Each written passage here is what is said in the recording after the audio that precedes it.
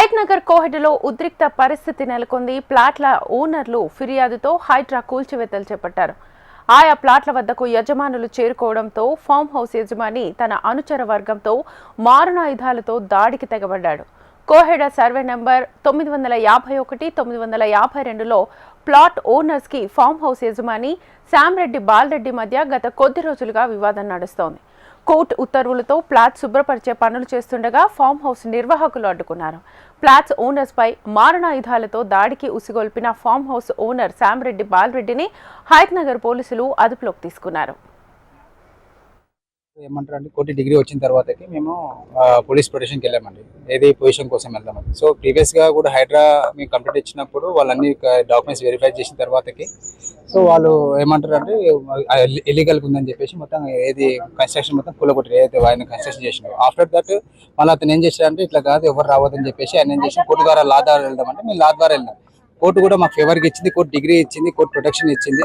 మీరు వెళ్ళి ల్యాండ్లో వెళ్ళిపోమని చెప్పేసి అంటే సరేలే అని చెప్పేసి మేము వెళ్తున్నాం. మళ్ళీ పోలీస్ వాళ్ళు మాకు ఫోన్ చేసి మీరు అట్లా కాదా ఇట్లా వెళ్ళాలని చెప్పేసి అంటే మేము మళ్ళీ పోలీస్ స్టేషన్కి వెళ్ళి కూడా అక్లైమెంట్ తీసుకున్నాం ప్రొటెక్షన్ కోసం. తీసుకున్న తర్వాత కూడా ఈ రోజు మేము మా ప్లాన్లో మేము వెళ్తుంటే అతను గొడ్డలతోటి చాకుతోటి తీసుకుని వచ్చి మనుషుల మీద దాడి చేసిండు. ఒక అతనికేమో తలకాయ వలిగింది, ఒక అతనికేమో చేయి ఇరిగింది.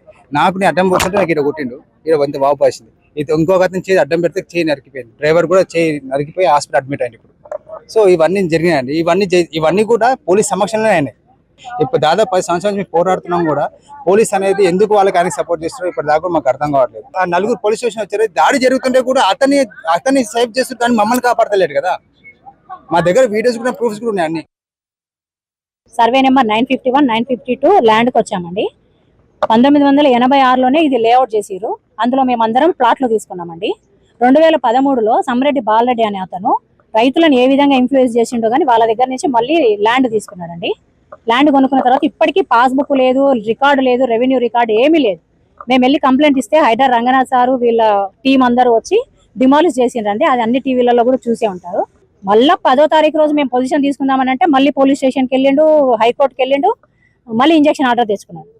కోర్టు త్రూనే వెళ్ళాలి మీరు, లోకల్ పోలీసు కానీ, ఎంఆర్ఓ కానీ, హైడ్రా కానీ ఎవ్వరూ ఇందులో ఇన్వాల్వ్ కాకూడదు, మొత్తం లా ప్రకారమే జరగాలంటే మేము రంగారెడ్డి కోర్టు నుంచి మాకు డిగ్రీ వచ్చే వరకు ఆగినామండి. ఇప్పుడు ఆ డిగ్రీ తీసుకొని వచ్చి పోలీస్ స్టేషన్లో 3 రోజుల క్రితమే ఆ డిగ్రీ ఇచ్చినాము.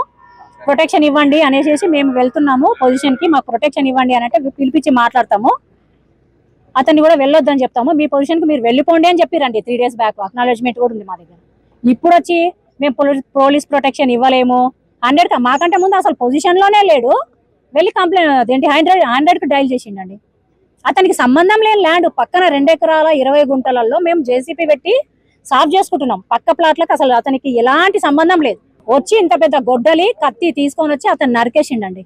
ఈ అబ్బాయిలు ఉండేపటికే అతన్ని కాపాడారు. లేకపోతే 2-3 అయినా నరికేస్తారా, ఎలాగైనా నేను ల్యాండ్ గ్రాబింగ్ చేస్తారా, నేను మీకు ఒక ప్లాట్ కూడా దక్కనివ్వనరా నేను అనుకుంటూ వచ్చిండండి. అతని దగ్గర ఏమున్నాయి అనేది ఎవరు చూడట్లేదండి. ఒక ఆడపిల్లను జుట్టు పట్టుకొని గుంజి అక్కడ పడేసిండండి.